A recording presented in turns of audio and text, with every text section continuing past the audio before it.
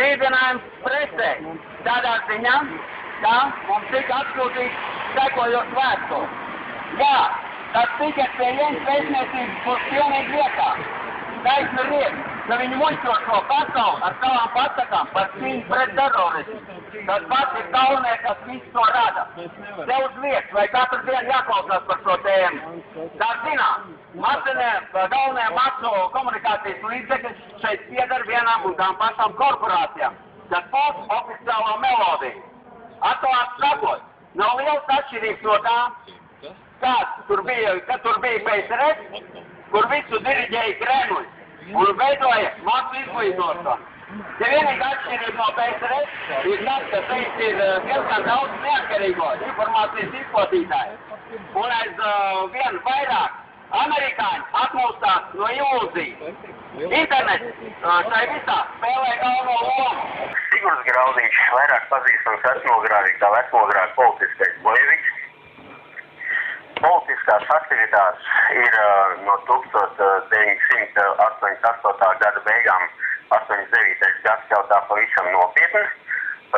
LSDSP, LTF iesākumā. Kāpēc LSDSP? Jo, teiksim, es to uztvēru kā pretstatu vai pretspēku komunistiskai partijai un tās ideoloģijai.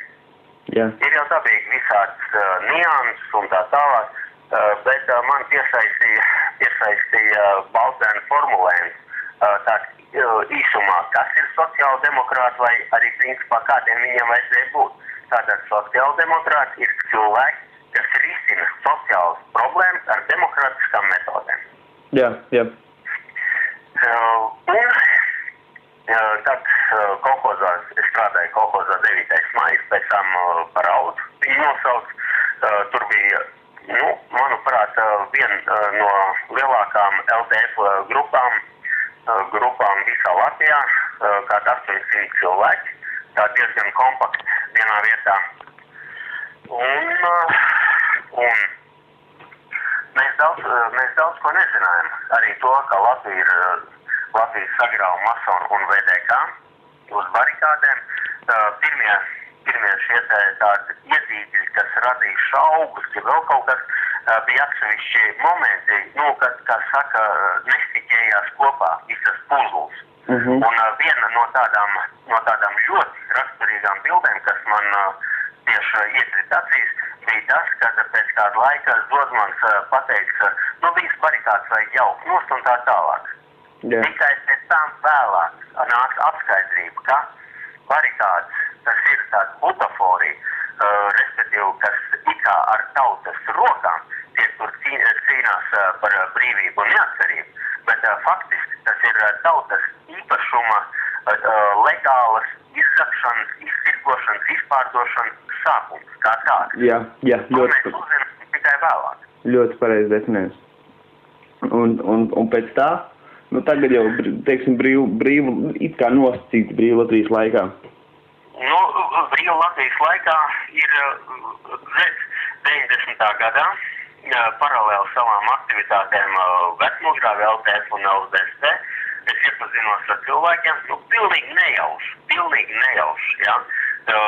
Kas man atvēra acis uz pasaules lielāko ļaunumu. Un pasaules lielākais ļaunums, tas ir cionisms. Jā. Man nebija tāds dogmatisks variants, ka man kaut kā nostāda faktu, kaut kāds fakts priekšā ir vēl kaut kā un saka, tas ir tā. Nē, man viss šitas te anticionisms, ko es zinu un par ko es iestājos, sākās ar vienu naivu jautājumu. Cik procentu zemes Izrēlā pieder Izraēlas pilsoņiem? Un es pats meklēju atbildu šo jautājumu.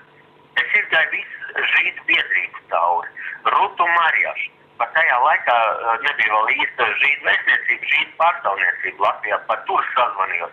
Un man pateica, здесь Латвии на этот вопрос вам никто не ответит.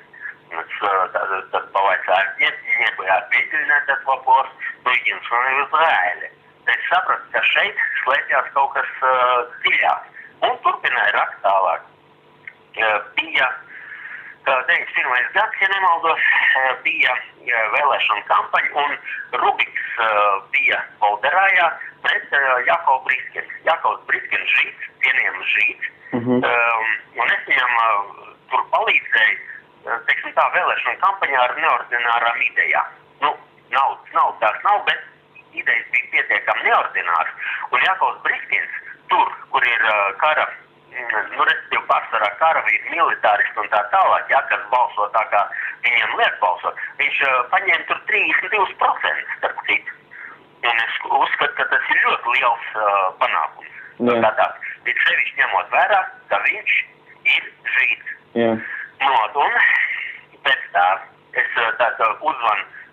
uzvanu Briskinam, es saku, Jakov, tā kā jūs tur daraties Izrēlā to zemi, tāds 10-15 sekundes klusums, un pēc tam man ir atbild 0%. Es saku, Jakov, kāpēc? Un tad viņš izteica baigi pravietiskos vārdus, viņš pateica. У нас в Израиле не так много земли, чтобы ей торговать. Tāpēc tie ir pravietiski vārdi, no kā es izdarīju arī, kā saka, tālākos secinājumus savā uztverē, kā ir jārīkojas arī ar Latvijas zemi. Jo žīdi ir gudri tauta, un no gudriem cilvēkiem jāmācās. Nu, tātad es saku, kā es tur darās, un viņš saka, apmēram tā. Ir nomas tiesības uz 45 vai 99 gadi, ģimenei iedot lietošanā zemi, un tā ģimene, vai vairāk ģimeņa apvienība apstrādā. Ja viņiem viss ir normāli, viss ok, ja gadījumā neiet, tad, kas saka, pabīdies malā un to zemi dod citai ģimenei apstrādā. Es domāju, ka tas ir ļoti racionāls variants. Un vēl, kas ir ļoti būtiski, saprot, ne katrs var būt biznesmenis, ne katrs var būt, teiksim, menedžers, ne katrs var būt orators un tā tālāk un tā projām. Ne katram ir pieņemams, bet viņš nevar izdzīvot kapitaliskā sabiedrībā. Ja? Nevar. Tad arī žīdiem ir ļoti racionāls variants šitai lietai.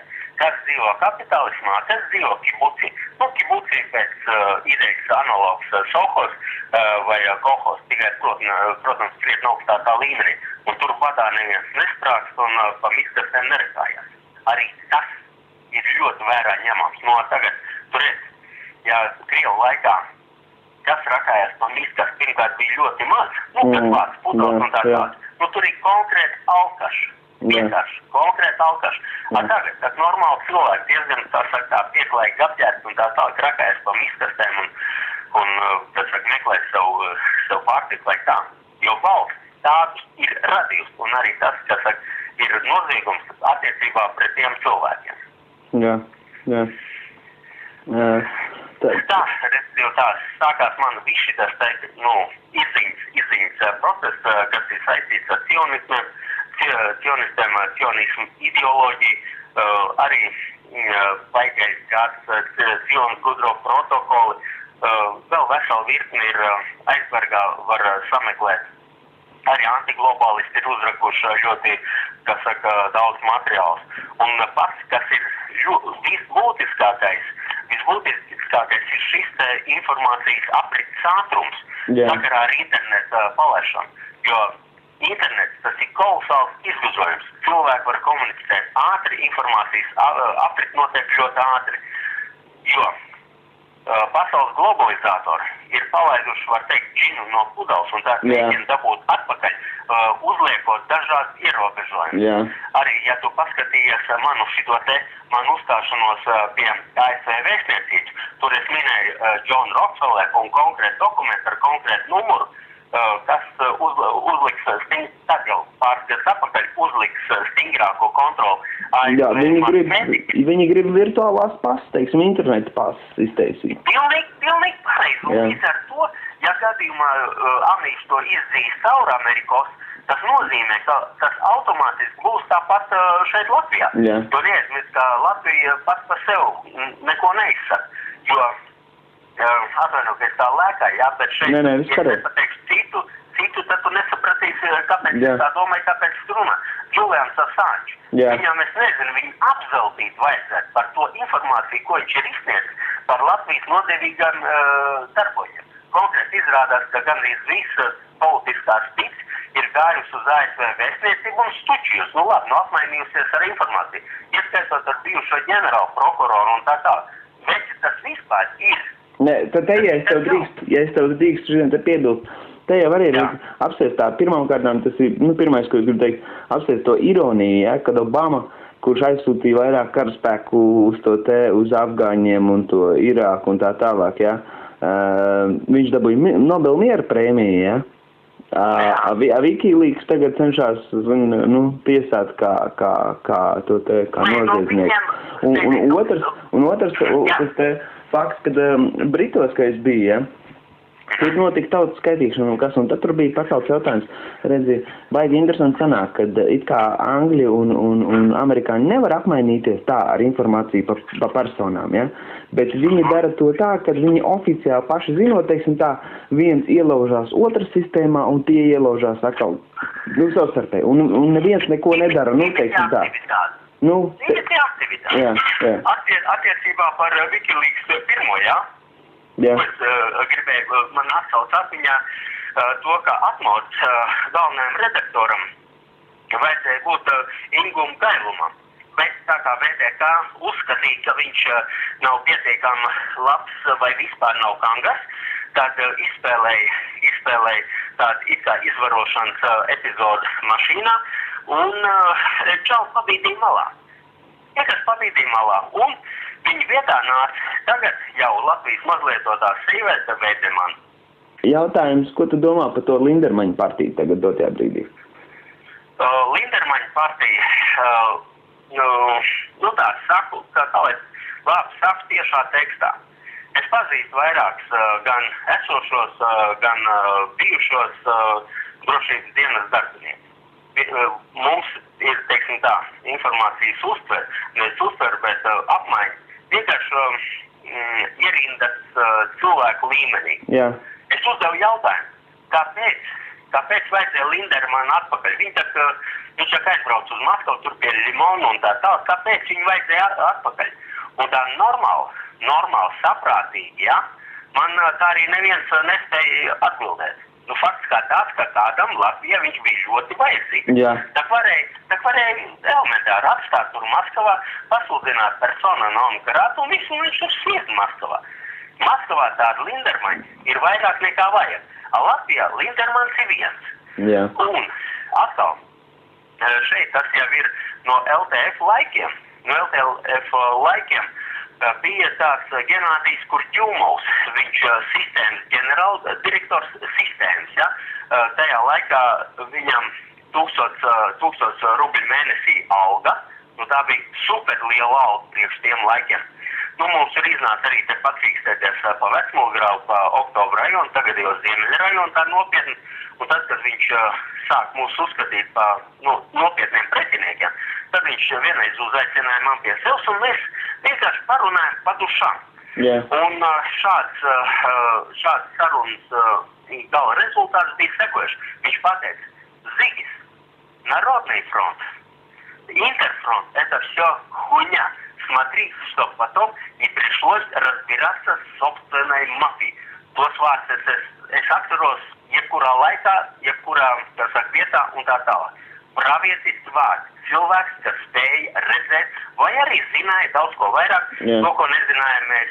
Viņš pateica, ja nebūtu Interfronte izveidojusies dēļ tautas frontes stulbumu atsevišķiem darboņiem, tādā gadījumā Interfronte tiktu mākslīgi radīt, lai sašķeltu Krievus ar latviešiem. Jā. Un šitas te, kā es skatos to Lindermanu arī, tas ir ļoti taktisks gājiens. Protams, ļoti taktisks.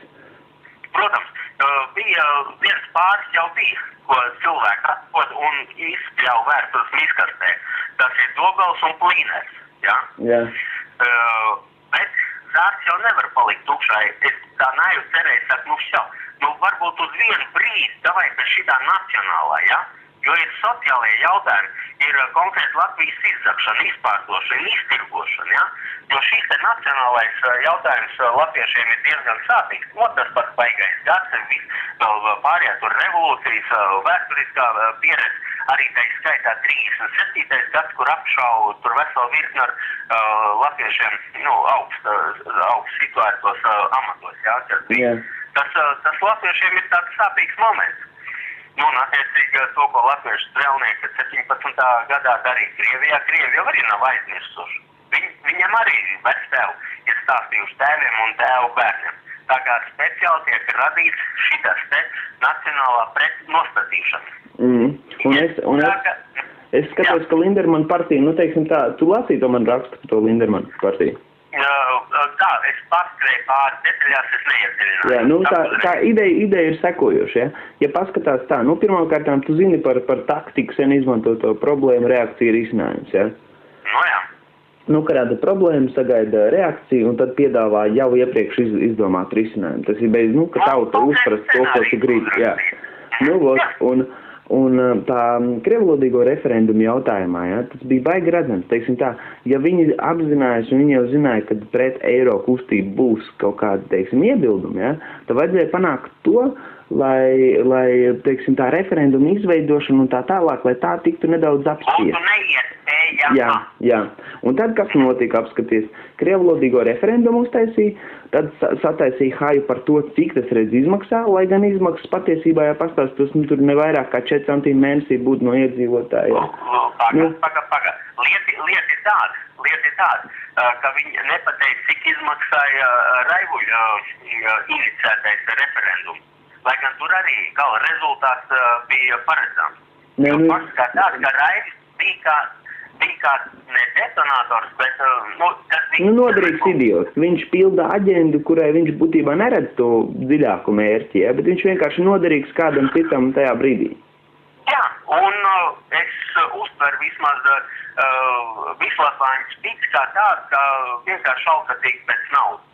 Tas ir Dombrovs pēdējais tas, kas saka, izgājiens, godīgi runājot, man viesa neizpratni labākajā gadījumā. Vai čalim sirdsapziņa ierunājusies kaut kā čakra atnākus vaļā, vai arī čalis nospieda nepareizo pogu, un tagad vajadzēja attaisnoties. Apmēram tā kaut kā. Jā. Bet, turpinot par to tevotu skaties, kā es to vienkārši redzu, tas krievlodīgo referendums, tad sataisīja bumu to haju par tām izmaksām, un tad jau cilvēki paši teica, vai ārprāts, redz, kā tas izmaksā, un tā. Un tad jau, kad iztaisīja izmaiņas likumā par referendumu to ieviešanas kārtību, ja, tad jau ļoti tika sašķelt sabiedrība, un ļoti daudz, ja tu pasties komentāros, ļoti daudz bija, tā tieši arī vajag, ja, kad, rādosim savu demokrātiju, ja, mūsu idiotismu dēļ apmēram, ja. Jā. Šeit ir 100% taisnība. Šeit drusku no vēsturiskā aspekta, ja? Atgriežoties atpakaļ. LDF pašā sākotnējās dokumentā paredzēja nepilsoņiem 0 variantu. Jā. To tu zini, jā? To es nezinu tā. Nē, klausies, lieta ir tāda, ka no paša sākuma LDF visi ir dokumenti un tā kā no pārpilnības ragas sprāga ārā, ja? Bet būtiskākie tika pēc tam apzelēti, vai arī vienkārši kaut kā, aizmirsti, pēdiņās aizmirsti. Arī viens no tiem bija šitas te 0 variants. Tad ir vecmilgrāvs, kā iznāca? Iznāca tā, ka Tautas frontē vecmilgrāvs nebija interesants, ja? Tad vienā no LTF šīm domstām sēdēm es saku, kas gāja vēlēšana kampaņa. Es saku, vecmilgrāvs jums nav interesants. Davai, es ņemu ar saviem večiem vecmilgrāvu, bet jūs nelienat iekšā. Mēs balstamies uz LTF izstrādnēm un darbojamies. Jo katrā vietā ir cilvēkiem jārunā savādāk. Nav universāls recepts. Jā. Un tā mēs arī šādi, taktiku piekopām. Pat kuģi, bija tāds brēciens, jūs tur nogalinās, tur Krievu, tur Interfront, tā projām. Bet lieta ir tāda, ka ar tiem parastajiem krieviem, es nerunāju par cionisku pakalpiņiem, bet parastie krievi, viņi tādi paši, viņi tāpat ēd, dzer, kas saka, kakā un vispār, jo bērns tais ir problēmas. Tur tad vēl nebija šās te pārtiks normāli, desas rindā stāvēja un vispār. Mēs visi vienā te pašā rindā stāvot, kas saka, izrunājam lietas un tā, mēs visi esam vienādi tādā ziņā. Jā. Labi. Ejam tālāk. Ir 90. gads un ir referendums. Šeit Latvijā referendums par atdalīšanos no PSRS. Pa pārējo Latviju, kur bija pilnīgi latviesku vidi vai gandrīz 100% latviešu un tā tālāk, ir cits jautājums. Bet vecnogrāvī mēs latvieši bijām 12% un ar savu darbību tad mēs paņēmām 70% balsus par atdalīšanos no PSRS. Tātad 70 mīnus 12 ir 58%. Taču aptājumai, kāpēc tos 58% latviešu, tas ir latviešiem lojālu Krievu, vajadzēja taisīt par saviem ienaidniekiem? Kāpēc? Un kopumā Krievi tika uzmesti 3 reizes. 3 reizes. Kā tu domā, ja tev uzmest 3 reizes, to ticēt man? Nu, protams, ka ne. Un tāpēc apsties, un visu laiku tagad taisa to retoriku, un ļoti daudziem latviešiem ir tas, ka, zini, labāk mēs, teiksim, sūkājam pīmpi amerikāņiem, kā draudzējamies ar krieviem. Nu jā, jo lieta ir tā, ka krievs ir ļoti prognozējams, kas saka cilvēks, un ir Krievi, es negribu teikt, kas saka visu un tā. Šeit ir atsevišķa runa, varētu būt par tām 40,000 militāristu ģimenēm, ko Zosmans atstāja Latvijā. Jā. Jo, izejot PSRS karaspēkam. 40,000 ģimenes palika šeit Latvijā. Tad 91. gads es sapratu, ka Krievs sāk čakarēt, un 92. gadā man latviešu presi jau vairāk neņēma pretī. Es aizgāju uz Sovetskaya Molodežu, un tur tāds Aleksandrs Blinovs, un viņš paņēma manu rakstu Graždanstvo это просто, 92. gads, Sovetskaya Molodežu. Un mans, kas saka, tas redzējums, es negribu teikt mans, lieta ir tāda, ka es esmu vienkārši sasūcies no saviem biedriem, kas saka, informāciju izanalizējis vienkārši no reālās situācijas, kā jādara, lai būtu normāli, Un tas tajā laikā izklausījās sekojušais. Pirmais, nosakam, kam ne pie kādiem apstākļiem nedodam pilsonību. Pavisam konkrēti. Respektīvi KGB, Verhuška, Grūs, un vispārējie. Tie, kas ir vainīgi pret, respektīvi, Amoņņika varianti, kas ir, noziegušies pret civilējiem un tā tālāk, tas ir bez variantiem. Nafik ārā. Ja vajadzīgs, pat naudu iedodam, lai viņi vācās ārā no šejienes. Viņš šeit nav vajadzīgs. Tik tā kā 5. kolona. Un pēc tam sākās kam dodam konkrēti sīgiem, kas ir piedzimuši līdz tam, kas piedzimuši pēc 4. maija. Tālāk jauktajām ģimenēm, kas ir laulībā, 3, 5, 10, tas ir diskutējums jautājums. Bet ideja kā tā. Tajā laikā vēl nebija viens punkts, ko es pēc tam piemet, kas tam obligāti jābūt tīri psiholoģiski un politiski, visiem krieviem automātiski, kas bija uz barikādēm. Ar 2, 3 latviešu pilsoņu parakstu, ka tik tiešām tas cilvēks bija uz barikādēm. Un godīgi runāt, man ir pilnīgi pajāt, ko viņš tur tais barikādēs darīja. Vai viņš dzēra, vai viņš spiegoja, vai viņš bija kopā ar latviešiem. Jo varbūtība, kā Moņņik nošaus, teiksim, mani, bija precīzi 1-1, kā nošaus arī to Krievu. Un viņi tur nebija tik daudz, viņi pēc kaut kādām aplēsēm, es runāju ar Renāru Zaļos, viņi tādi 5 līdz 7 tūkstoši bija, ne vairāk. Bet viņi bija, saprot. Tātad stādiet priekšā šo te tīri politisko, psiholoģisko iedevu par to, ka viņš bija tur un tur. Viņš jau ir pierādījis kaut ko. Viņš ir parādījis savu lojālismu. Un tā ir pieejam pie galvenās. Respektīvi, vesela kauts, liels skaitlis, kas un pārējā. Un pārējie es piedāvāju, kā normālā demokrātiskā valstī, slēgt līgumu ar katru individuāli par lojalitāti Latvijai. Tātad nosakam no sākuma, kas ir lojalitāte. Lojalitāte ir tās un šitas. Viss. Dodam pilsonību, cilvēks parakstās zem šitā lojalitātes un viss. Līgums ar viņu, ar valsts ir noslēgts. Viņš ir valsts pilsonis. Ja gadījumā kaut kādā brīdī viņš sāk nodarboties ar kaut kādu skaņiecību, kaut kādu huņu, kaut ko tam līdzi, viņš pārkāp. Es nezinu, laiku 24 stundu laikā vai nedēļas laikā nafik ārā no Latvijas uz visām debesu pusēm. Es domāju, tas ir normāli, loģiski, reglamentējoši un viss. Un cilvēkam ir garantija, ka valsts pa viņu pastāvēs. Jā.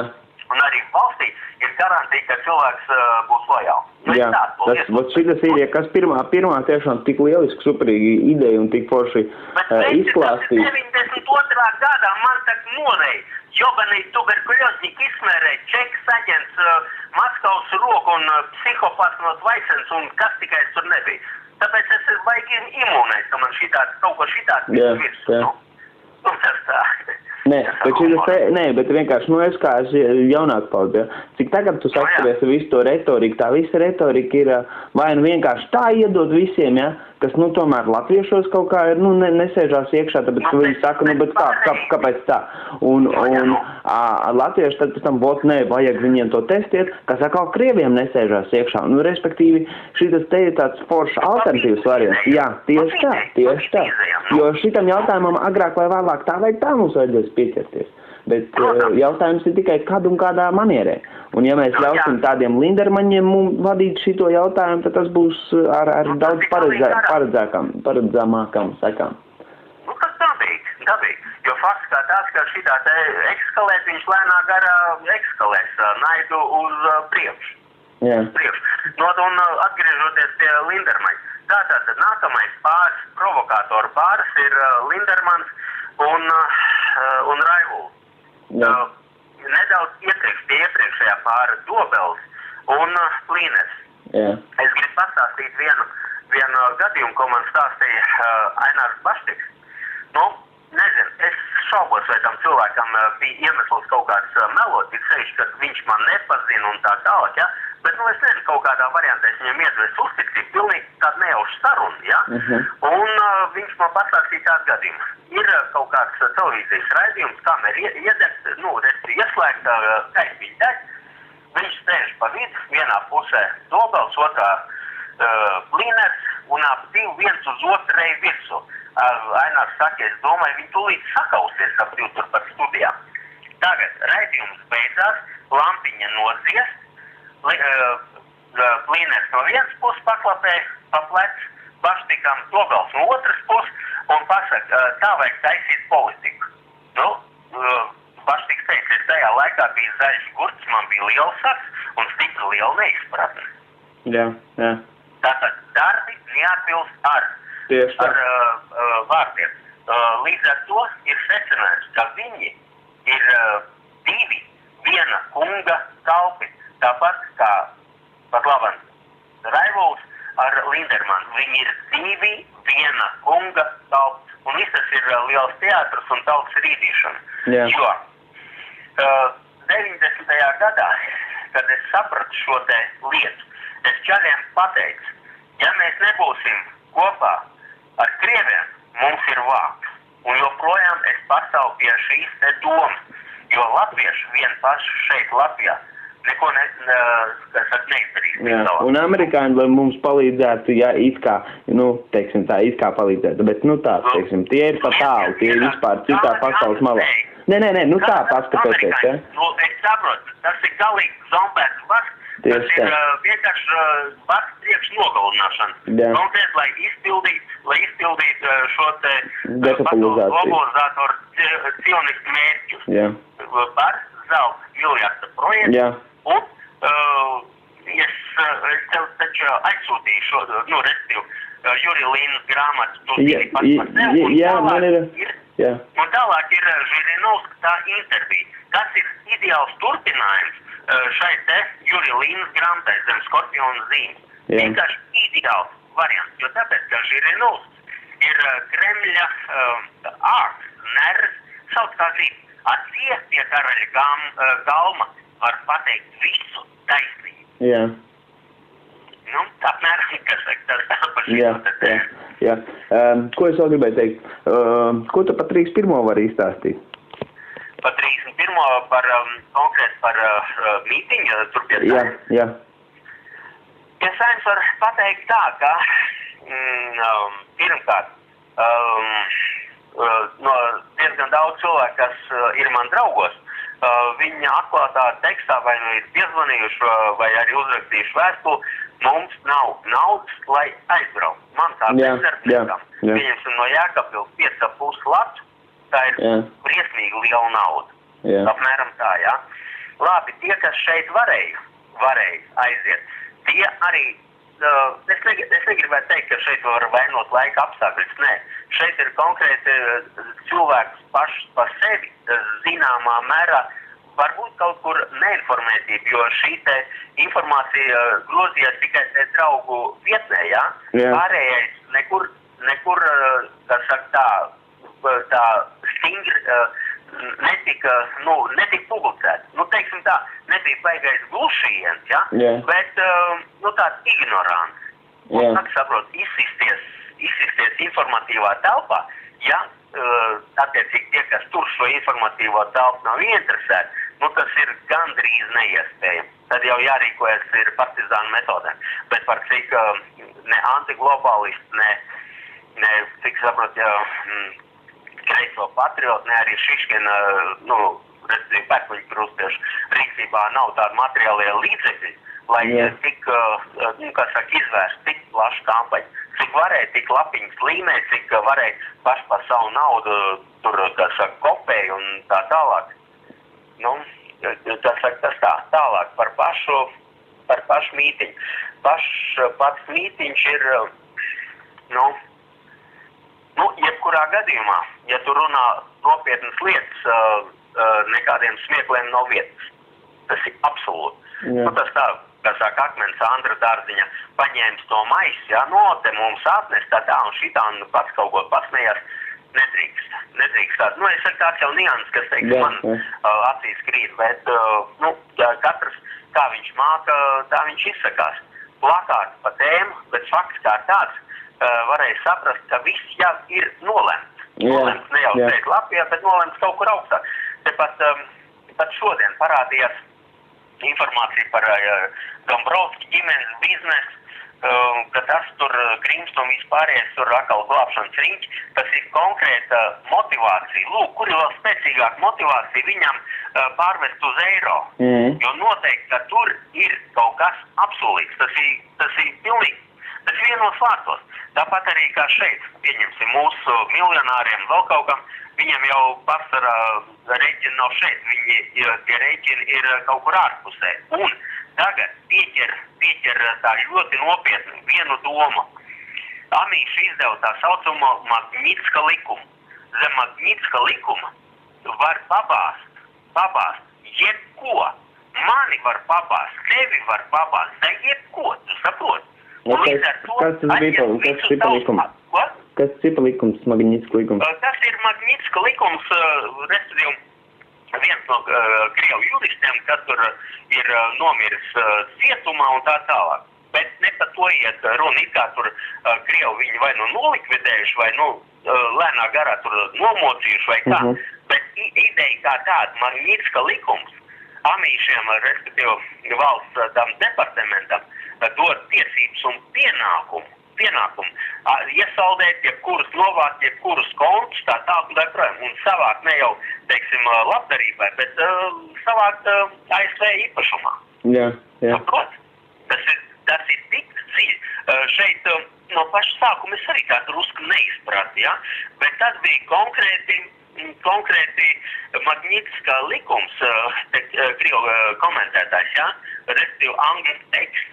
Ja? Norunāt, tas ir angļu teksts uzrakstīts, un Krievu tekstā pārtulkots, un plus vēl komentāri. Komentāri ne jau tādi, vot amerikāņi sūdīgi, viņi tādi, viņi šitā, bet konkrēti paužaini pasaka, ja tu neizdari tā, tad tas ir tā. Viss. Saproti, tas ir vienkārši atkal manā uzturē. manā uztverē, ka arī šis Magnitska likums ir jāzina gandrīz kā Dievs tēvs debesis, jo ar šādu Magnitska likumu, tas ir tāds instruments, ka var piespiest jebkuru, kam konti ir ārpus Latvijas offshoros, Anglijā, ja vēl kaut kur, ja, piespiest izdarīt jebko pret valsti. Ja ne, to vienkārši noņems nos, atradīs, Brexit, tad piekasīties var pie jebkā. Mums bija tā saruna, ka, teiksim, es gāju uz mītiņu pret Bye Bye Beauty, ja? Tur viens tas viens zviedru režisors bija aptirs Latviju, ka Latvija ir maugu zeme, ja? Naktī brīdināja, ka tev viens garš no gariem municipāliem policistiem mēģinās iebāzt narkotikas. Vienkārši strādā ar netīrām metodēm. Un pēc tam ņem un tiesājies visu atlikušo mūžu par savu īpašumu un ņem vērā to, ka advokātiem šī tiesa ir medus maizes. Apmēram īsumā, kas ir Magnitska likums. Tā kā tur muļķi nestrādā cepurnos, un mums jāmācās no gudriem cilvēkiem, bet mēs nefigā. Krievnāk, viss, sitam krievs, viss. Latvija, tas izzog, apzog un pārdod. Nodot vēl kaut ko. Viss kā nākās. Skaties to pašu Eilertas izteikumu. Kad ar Eilertu neuztver tik būtisku un tā tālāk. Jebkurā gadījumā, tu zini, ka viņi ir Soros stipendijāts, Soros aģents un tā tālāk. Viņi saistīti, kas saka, pa bjāzanu, pa žīdņi, viss. Kas ir Soros? Soros arī masonos. Un šeit kādreiz šeit Latvijā principā ir divi nopietnāki jautājumi, ko būtu vērts, nevis izskatīt, bet izrunāt. Tā apmēram tas ir jautājums par krieviem un jautājums par žīdiem, precīzāk par sionistiem masoniem. Tik skaidrībā. Kamēr nebūs skaidrības ar šiem jautājumiem, tikmēr, būs tāds kokteils politiskais un jēg nekāds. Un cilvēkiem varēs tādi ļoti elementāri nopūderēt smadzenes. Bet apvainot, tu pa Eilertu gribēji kaut ko. Nē, tas Eilertas, tu zini to izteikumu, ka viņi teica, ka mums nevajag to eiro referendumu, jo ja viņš būs, tas būtu apmēram tāpat kā Krievu lodīgo referendums. Veci, lieta ir tāda, tu redzi to retoriku atkal, ja? Nē, te ir viss kolosāli. Arī es savā laikā, kad nostājos pret Jūru Bojāru politekonomisko korupciju LDSP ietvaros, Es sapratu, ka manas zināšanas ir drusīdiņi pa īsām. Konkrēti tur, kur vajadzēja nolaist informāciju, tad man atrast cilvēki, un man bija saruna ar viņiem, bet apmēram 4 stundas viņi man pumpēja iekšā informāciju pa Bojāru. Apmēram 4 stundas, kad 4. stunda nāca uz beigām, es pateicu, sveiki, viss, paldies, man pat labam ir galva, man jāsaliek pa plauktiņam, citādi nebūs jēga. Un viss kārtībā. Un arī viens no momentiem, ko man apskaidroja, ka Bojārs izmanto tādu variantu kā sofistika. Un šo te momentu es konkrēti es to ņēmu vērā un izmantoju pret Bojāru tiesas procesā precīzi tos pašus pētījumus, ko viņš izmantoja, respektīvi sabiedrībai gan smadzenes. Tev bija tiesas process ar viņu? Ko cik? Tev bija tiesas process ar viņu? 2 gadu garumā. Par ko? Par cieņu un gods aizskārumu, jo viņš, publiski nodragāja, ka es esmu psihiski nenormālnieks. Man pat ir, ieraksts vēl saglabājies. Šitas ierakstīņš no radio SVH, kurš arī palaid. Es aizgāju uz radio SVH, es saku tā, veči, man pretenzijas pret jums kā tāda nav un nebūs, ja jūs man iedodat šo te ierakstu. Un viņi ļoti ātri man iedeva to ierakstīņu un viss, un tad es sāku kasīties ar Bojāru. Un kā tev beidzās tā tiesa? Beidzās, principā, var teikt, pa nullēm. Vienīgais Bojārs, kas bija spiests, viņš 3 reizes neatnāca uz tiesu, un tad tiesnesis, kas bija principā labvēlīgi viņam noskaņot, iespēja 50 lapus. Un tad Un tad uz nākamām tiesu sēdēm jau parādījās bojāra aizstāvībai, parādījās Gvido Zemribo un Cielovs laikam, respektīvi tie ir tādi juridiskie smagsvari no PSRS laikiem, kad es izteicu, ka man ir tas gods, ka man pretī stāv pats Gvido Zemribo. Nu, bet tas tā tiesas procesā. Nu, un es tur gāju bez advokāta. Viens pats? Viens pats, jā, bez advokāta. Pagaid, lieta ir tāda, ka, dabīgi man konsultēja, kā runāt, kā izturēties, ko piebremzēt, kur uzbraukt un tā tālāk. Un es tā ļoti perfekti visu to paņēmu uzskaitē un izpildīju precīzi. Jo tie cilvēki, kas man palīdzēja, viņi, kas saka, ir vienkārši Latvijas patrioti, viņi ir pret bojāru un tā tālāk, bet viņi nevarēja atklāt uzstāties kā man aizstāvi. Jā. Jo savādāk sistēma viņas būtu saminus. Jo, kā jau minēja, Latvijas sagrauj masonu un VDK. Ņemam vērā, ka bojārs ir tomēr no VDK. Tā apmēram. Tā kā arī ir tāda juridisko apkalumu iegūt zināmā mērā. Bet, tas jau viss vismaz tāda mācība pozitīva, tas te. Protams, bet mācība pozitīva, bet, smadzeņu čakarēšana arī ir nevāja. Tas. Un pēc tam vēl tas atsaucās arī, ka bojārs caur saviem darboņiem man izmet no darba. Es strādāju toreiz Roko, tur Kunziņu salā termināls tāds. Jā. No konteineru termināls. Arī tur viņš man dabūja rokā. Un, kā saka, piespied firmas īpašnieku vienkārši atrast veidu, kā tikt no man vaļā.